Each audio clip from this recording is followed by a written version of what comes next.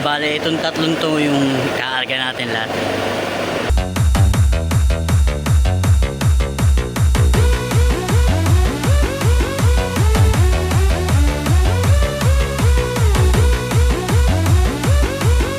Okay, alright mga master.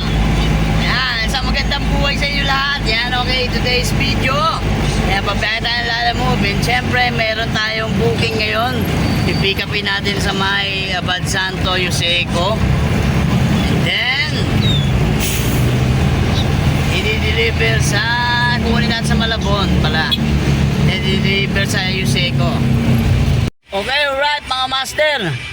Yan, for today's video, meron tayong deliver. Pipick upin natin sa Malabon. Pero dito, may dadaan muna tayong tao para samahan tayo dun para ano. And then, i-deliver natin sa dito rin, sa may Abad Santos. Then, from Abad Santos, may gagawin lang, lilinisin yata. Tapos, tanggalin yung mga ano. And then, i-deliver natin papuntang Sampaloc yata. Kaya, tara. Okay, alright mga master, papunta na tayo ngayon sa ating pipika pa ng item mga master. Mga panlinis na sapatos to. Ayan, kasama natin yung ating kasama. Ayan. Okay. Tara, samahan nyo ako. Okay, alright mga master. Dito na tayo ngayon sa pick up point natin. Kaya, ito, tingnan natin. Dito lang may sa labas, papalabas na lang daw. I-forklift yung item para ano. Sasamahan nyo ako. Okay, alright mga master. Yan. Antay lang tayo ilabas yung item na i-deliver. Mas okay ito kasi wala nang cut si Lalamove dito, pang sariling ano natin to, sariling booking natin. Antayin lang natin. Okay, alright mga master, dito tayo ngayon sa pick up. I-karga na yung ating ano, mga item na ano.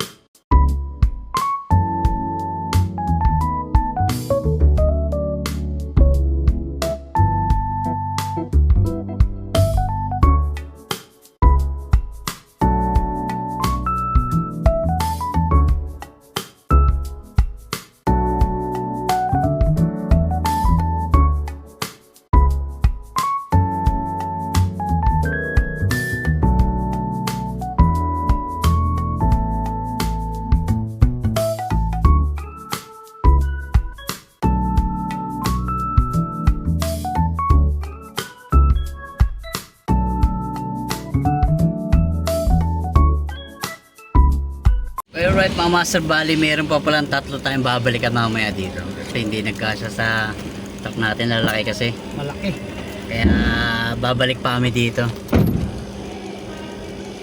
Alright mga master, nandito tayo ngayon sa drop off natin. Dito ibababa yung karga natin yan.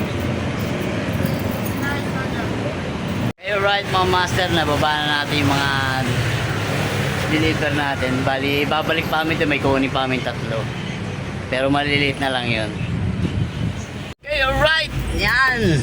Pabalik na ulit tayo doon. Kunin natin yung tatlong natira natin doon. Alright mga master! Yan! Nandito na tayo ngayon sa ating pick up ulit. Ito, second pick up natin. Ito rin yung mga palinis ng sapatos. Bali, tatlong washing yata ito ng palinis ng sapatos. Dito. Yan sa kulay asul na gate niyan. Balikan ko kayo pag may na sinasakay na natin. Yan, ikaarga na sa atin mga master.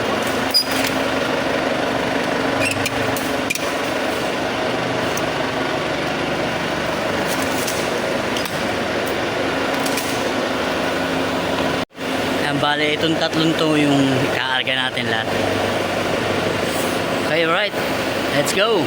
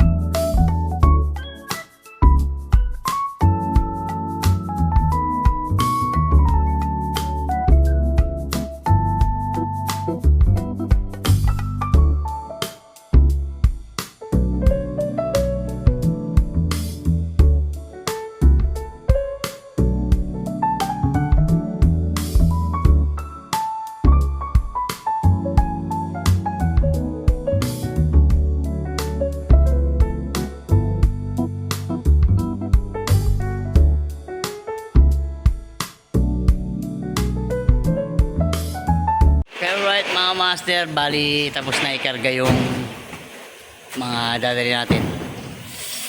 Tara. Balik nga pala kami dun sa may Yusek o Abad Santos. Kasi dun ibabagsak to. Kaya siguro after namin mag-deliver sa Sampaloc, kuha ko ng Lalamove booking papuntang Cavite para makauwi tayo. Para at least hindi sayang yung biyahe natin. Kasi kanina, yung biyahe ko papunta dito, from Tansa to Abad Santos, Yuseco, hindi na ako sumabay ng booking kasi yun nga, baka gahulin ako sa oras. Okay, alright mga master, bali nandito tayo ngayon sa ating drop. Bababa na namin, may yung isa i-deliver na sa Sampaloc. Kaya tala. Yan, bali ito pala yung laman nung ano natin, nung laman yung karga natin kanina, yung naka-box. Paikot lang, paikot. Titestingin lang nila, tapos ito na i-deliver. Yeah, alright mga master, ito talaga yung amo dito eh, no? Ayan, no? O, kaway nga yung amo dyan. Wow! Alright mga master, bali ito na yung second batch na ano, binababa na natin. Bali ito pala yung mga plywood. Ano ka sa loob, bro? Hiningi ko kasi sayang naman. Lalagawin natin gisame dun sa ginagawa natin bahay para makamenos na rin dun sa mga materials dun sa bahay. Ito na lang siguro. Alright mga master, bali ito na yung dadali natin sa Sampaloc ba yun? Kinakarga na. Okay, right. Bali, papunta namin sa Sampaloc. Sampaloc ba? Tama? Sampaloc. Sampaloc. Para i-deliver yung ano dun? Makina. Makina ng sapatos para matuyo. Tara. Okay, right mga master. Dito na ngayon sa pickup. Bali, ito yata yung pagbabagsakan yung laundry. Yeah. Okay, bali, change outfit lang rin tayo. Ito yung pinaka-amo dyan eh, ano?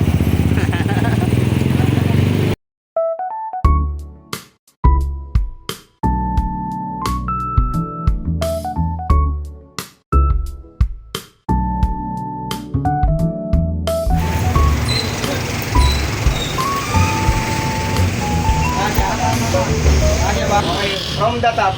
Okay, gumagana na. Okay. So on and off niya itong lever po. On, light indicator na naka-on na siya. So pwede nyo i-off ng manual, o pwede nyo rin i-off ng quick off. So pares lang mamamatay po yan. So light indicator on, para bumukas po yung hangin itong unang button, itong circulating wheel. Pag naka-on po yan, yung hangin niya hindi pa mainit. Ayan. Hindi niya pong hawakan na ano, hindi pa siya mainit. So, pang circulate lang nung hangin niya. Then, pagka gusto nyo na siyang ipa-heating, mari may sapatos na sa loob, yung heating lang po. Kailangan naka-on po ito ha. Yung circulate. Pwede bang ma-on yung heating nang wala yung Hindi po, kailangan ito muna. Hindi, pero pwedeng magkamali kami mapindot mo. Oo, hindi po siya gagan. Kasi ito po yung parang pinaka-power on niya talaga ng blower. Okay, so naka-heating na po siya. Mapapansin niyo po dito may temperature dito. 33, nakaset po ngayon sa 33 degrees. Pero ang ano po kasi natin, ang standard po natin nasa around 40 degrees. 40 to 45 based on experience namin. Madali na naman pong i-set yan. Ayan. Yan, naka 40 na po. Naka 40. Kanina naka 45 pala. Itong 33, indication siya ng hangin sa loob. Meron po tayong thermometer dito sa loob. Itong parang nakalawit. Yun po yung thermometer niya.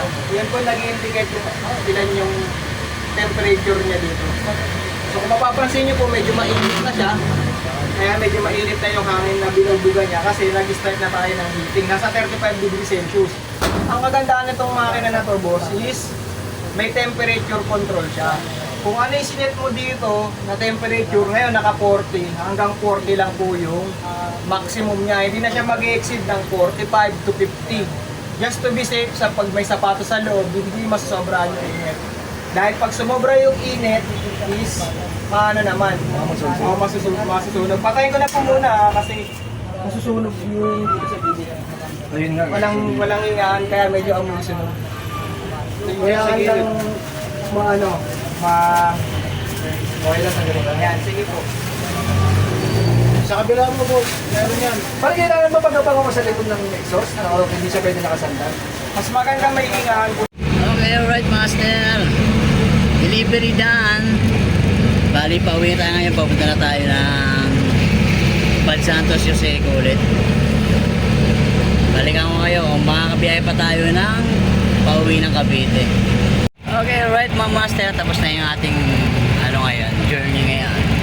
Kaya bali, hindi na ako kuha ng booking kasi puno kami. Yung mga plywood kanina, tsaka boxes, sinampa ko na. Kasi gagawin natin kisame dun sa ginagawa kong bahay.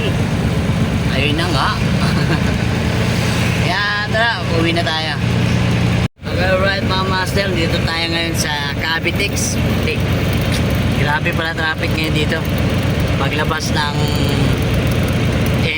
exit ng Cavite. Yan. Ito pala yung toll gate. Nasa toll gate na kami. Paglabas ng toll gate, pinahinto muna yung papasok kasi siksikan nga dito. Kaya makikita nyo gaano kahaba mga master, oh. Grabe. Okay, alright mga master. Nakauwi na tayo galing sa ating hanap buhay. Yan, okay, syempre mga master, yung kinita natin ngayon for today's video is naka 2,000 tayo. Malinis. Okay. Hindi na ako nakapagsabay ng biyahe kasi puno na rin ako ng plywood. Kinuha ko yung mga plywood dun, yung mga pinagbaklasan ng mga machine. Kinuha ko kasi kailangan magagamit ko yun sa bahay. Eh, yung gagawin kong dingding sa double walling natin. At least makatipid tayo kahit pa paano ng mga plywood, di ba?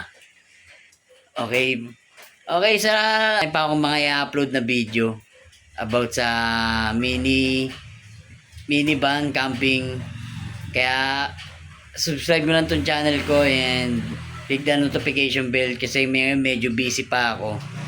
Lahat na hanap buhay ko, natin yan, i-vlog natin lahat yan. Kaso ngayon hindi ko ma-vlog lahat kasi marami rin akong ginagawa. Kaya babayo mga master. Peace bomb.